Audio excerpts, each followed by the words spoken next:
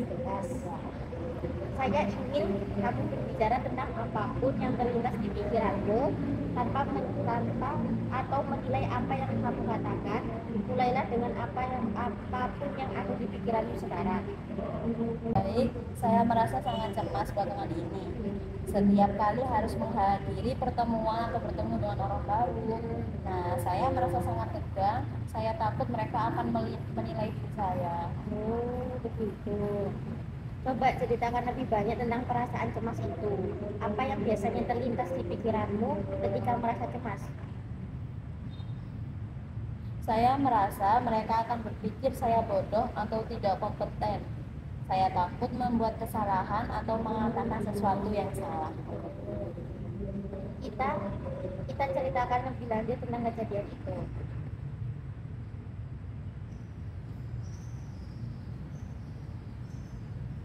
Saya masih ingat itu pelajaran matematika. Saya salah menjawab pertanyaan dan guru saya langsung memarahi saya di depan kelas. Semua teman saya tertawa. Nah, sejak saat itu saya merasa takut untuk berbicara di depan umum atau menjawab pertanyaan. Apa yang kamu rasakan saat melihat kejadian itu sekarang? Saya masih merasa malu dan takut. Di sini saya sangat merasa seperti anak kecil yang tidak tahu apa-apa. Dan rasa takut itu muncul lagi setiap kali harus berinteraksi dengan orang baru. Sangat baik, teruslah berbicara. Apalagi yang muncul dalam pikiran tentang perasaan ini? Saya jadi ingat ayah saya. Dia selalu menuntut saya untuk sempurna dalam segala hal. Setiap kali saya membuat kesalahan, dia selalu mengkritik saya dengan saran. Saya merasa tidak pernah cukup baik di matanya. Jadi selain pengalaman di sekolah, kamu juga merasa tekanan dari ayahmu yang menuntut kesempurnaan. Bagaimana perasaanmu tentang hal itu?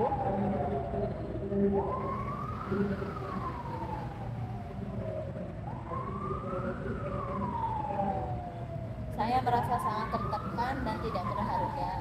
Saya selalu berusaha keras untuk tidak membuat kesalahan, tapi itu membuat saya semakin cemas dan takut.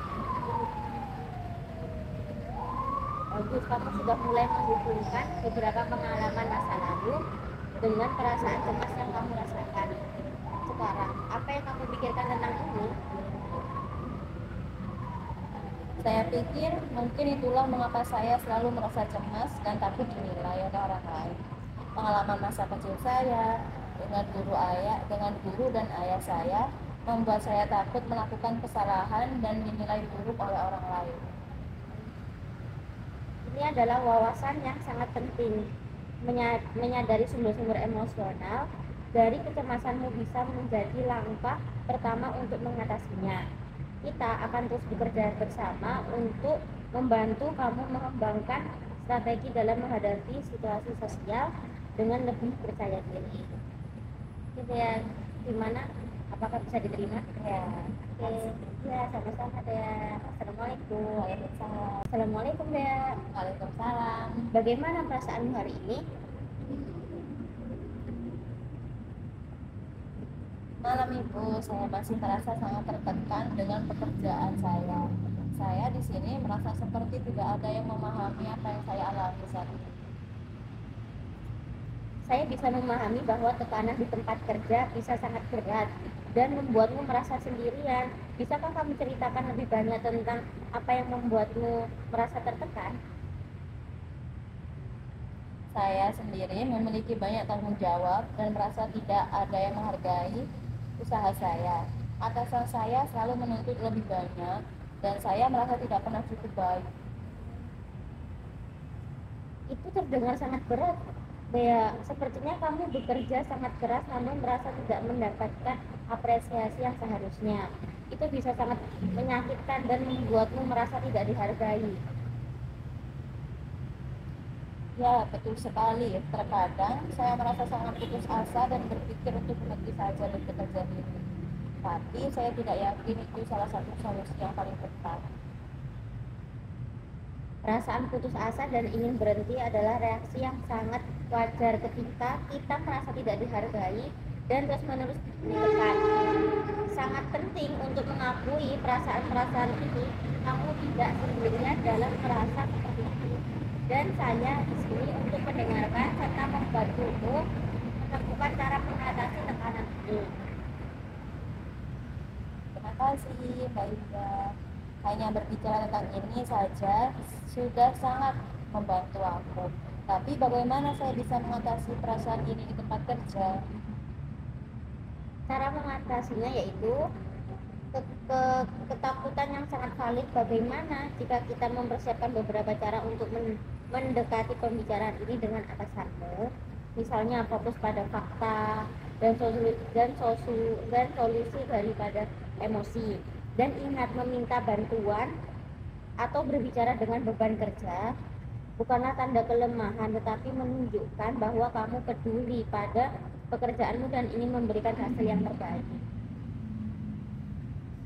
Itu terdengar sangat masuk akal. Mungkin saya bisa mencoba berbicara dengan atasan saya dalam waktu dekat.